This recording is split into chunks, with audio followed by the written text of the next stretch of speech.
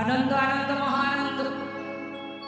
সবাই মিলে যখন আনন্দ করছে মা, এক ভক্ত দূরে দাঁড়িয়ে দাঁড়িয়ে চোখের জলে বুক ভাসিয়ে কাঁদছে। কে সে? না, গৌরহরি সবাইকে নিয়ে আনন্দ করছে। এত আনন্দের মধ্যে দিয়ে একজনের চোখে যে জল, সেটা প্রভু অন্তরে জানতে পারলেন। এটাই তো অন্তর্যামীর কাজ। তুমি ভাবছো আমি রাতের অন্ধকারে যা খুশি তাই করছি, চুরি করব, ডাকাতি করব, খুন করব, কেউ দেখতে পাবে না। আর মানুষ যদি দেখতে না পায় তাহলে আমি মহৎ কাজ করে ফেললাম। তুমি কি জানো প্রত্যেকের হৃদয় মন্দিরে একজন বসে আছে, যিনি অন্তরের কথা না বললেও বুঝতে পারে, যিনি তোমার মনের কথার খবর পায়, তার চোখের ফাঁকি তুমি দিতে পারবে? আজ তুমি যে অপরাধ করছো এর জন্য সাজা তোমাকে পেতে হবে। এটা আজ না হোক কাল।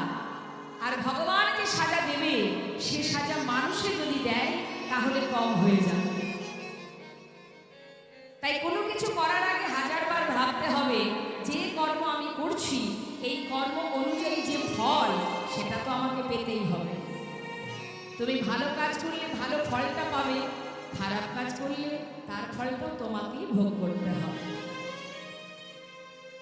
তা প্রভু গৌরহরি সবাইকে নিয়ে আনন্দ করতে করতে হঠাৎ সেই ভক্তের দিকে তাকিয়ে ধীরে ধীরে তার কাছে গিয়ে দাঁড়ালেন।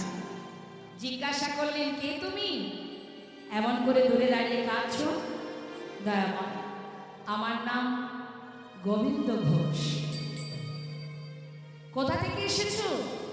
অগ্রদ্বীপের মাটি থেকে। কার কাছে এসেছো? তোমার কাছে। আমার কাছে? কেন আমার কাছে কেন এসেছো? গৌরহরি, আমার মনে বড় বাসনা, আমি তোমার সঙ্গী হতে চাই। নেতাই গৌরহরি। গৌরহরি বললেন, দেখো আমার সঙ্গী হতে যেও না। যারা আমার সঙ্গী হয় তাদের সারা জীবন কষ্ট পেতে হয়। তার থেকে ঘরের ছেলে ঘরে ফিরে যাও, সেটাই ভালো। কেউ কি ভগবানকে ভালোবেসে যদি কষ্ট পেতে হয়, কেউ বাসবে তাকে ভালো? আমরা কি করি? আমরা যে ভগবানকে দিনে সেবা দিই মা, সেবা দেওয়ার সময় ভগবানকে যেটাই সেবা দিই, সেবা দেওয়ার সময় আমরা কি চাই ভগবানের কাছে? কি বলি? কি চাই বলুন? ভগবানের চরণে ফুল তুলসী দিয়ে আর কি সেবা দেন? আচ্ছা আগে দেখি শুনে নি, কি সেবা দেন আগে শুনি। হ্যাঁ, কি সেবা? নকুল দানা? এটাও পাওয়া যায়, এখানেও পাওয়া যায়। বাহ বাহ বাহ।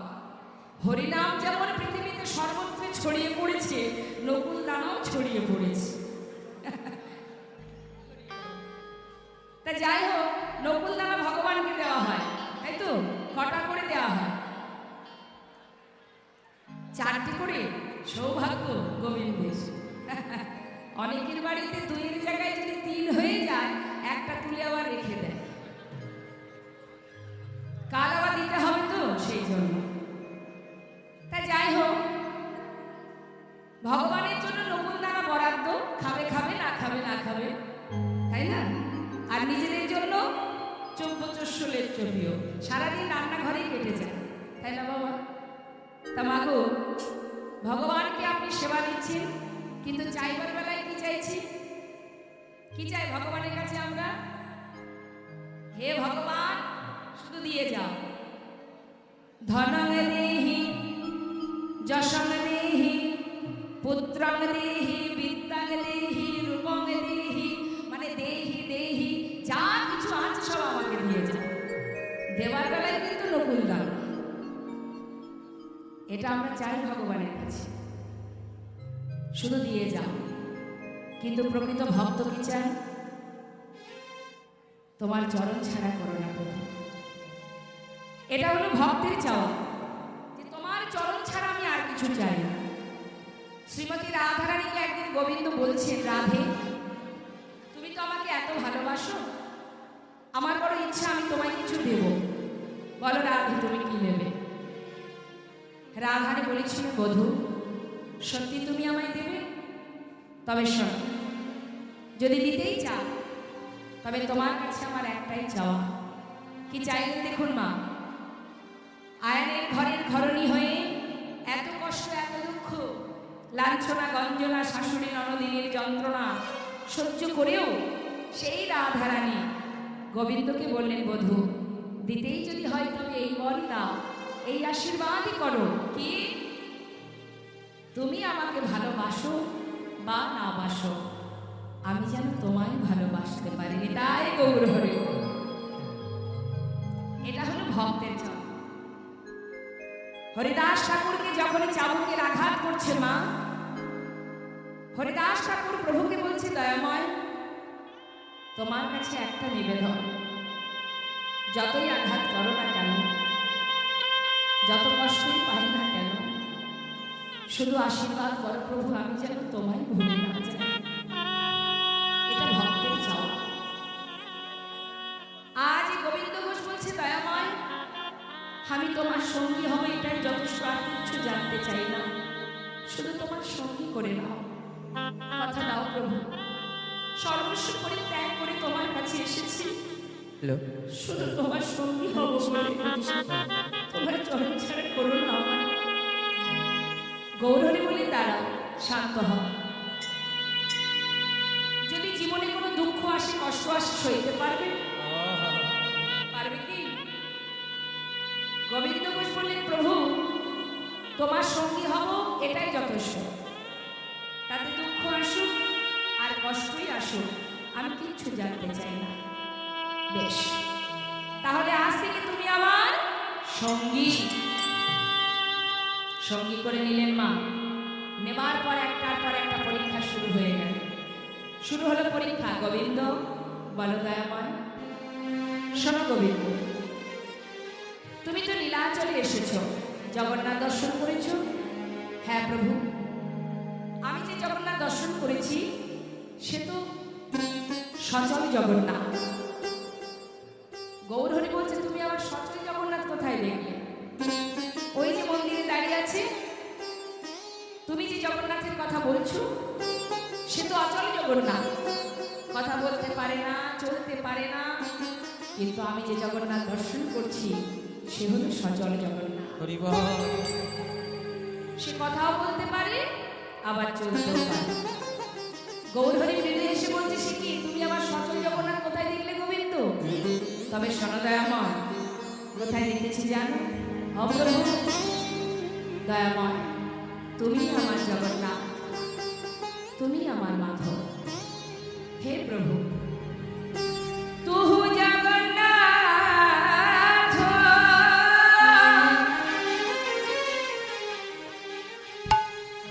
এই জগতে কাহাই আসি, তুহু জগন্নাথ, এই জগতে কাহাই আসি, জগবহে নাহি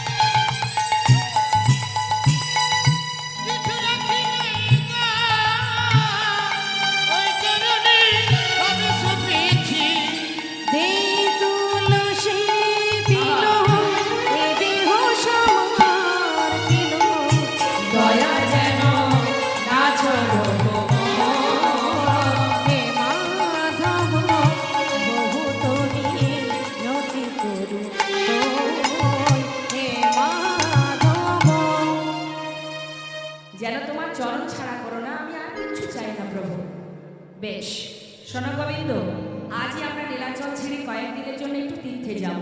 তুমি কি যাবে? হ্যাঁ যাব প্রভু। ভক্তগণকে সাথে করে নিয়ে গৌরহরি আমার চললে নীলাচল ছেড়ে এবার তীর্থে। দিনের পর দিন যাচ্ছে মা, আর এদিকে প্রভু মুখে নাম গাইতে গাইতে যাচ্ছে কৃষ্ণ নাম, আর ভক্তরা তারা পাছু পাছু যাচ্ছে গৌর নাম করতে করতে। আসুন আমরা সবাই মিলে একবার গৌর নাম করব, কেমন?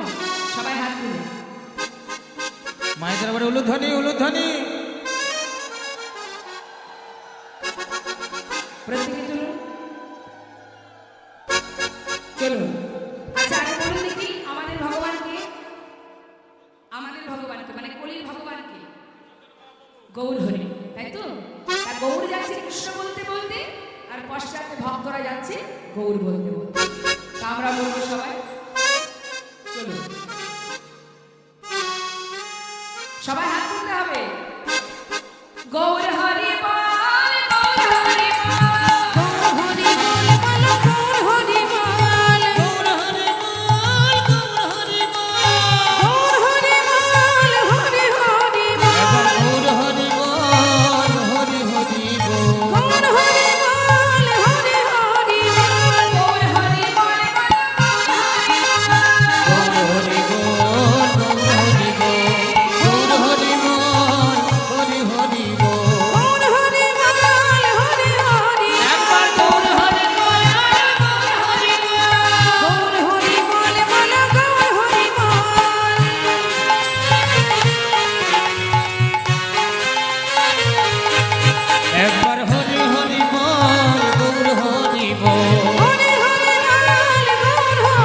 একবার হরি হরি বল, গৌর হরি বল, একবার হরি হরি বল, গৌর হরি বল, একবার গৌর হরি বল, গৌর হরি বল, একবার গৌর হরি বল, গৌর হরি বল। আহা, যাচ্ছি কোথায়? নীলাচল ছেড়ে তীর্থে। যেতে যেতে হঠাৎ গৌরহরি ভক্তদের রেখে অনেক দূরে এগিয়ে গেছে। ভক্তরা পিছনে পড়ে গেছে, চিন্তা করছি সর্বনাশ।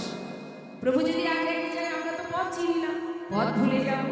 পিছন থেকে এক ভক্ত ডাকছে, দয়াময় ও গৌরহরি। ও প্রভু, একটু দাঁড়াও, একটু দাঁড়াও। গৌরহরি দূর থেকে ভক্তরা যখনই ডেকেছে মা, দূরে দাঁড়িয়ে দাঁড়িয়ে অপেক্ষা করছে। অর্থাৎ এখান থেকে একটা জিনিস আমাদের বুঝতে হবে, ভগবান ভক্তের জন্য অপেক্ষা করে। যদি প্রকৃত কেউ ভক্ত হতে পারে, সবাই যখন কাছে এসেছে গৌরহরি জিজ্ঞাসা করছে, ভক্ত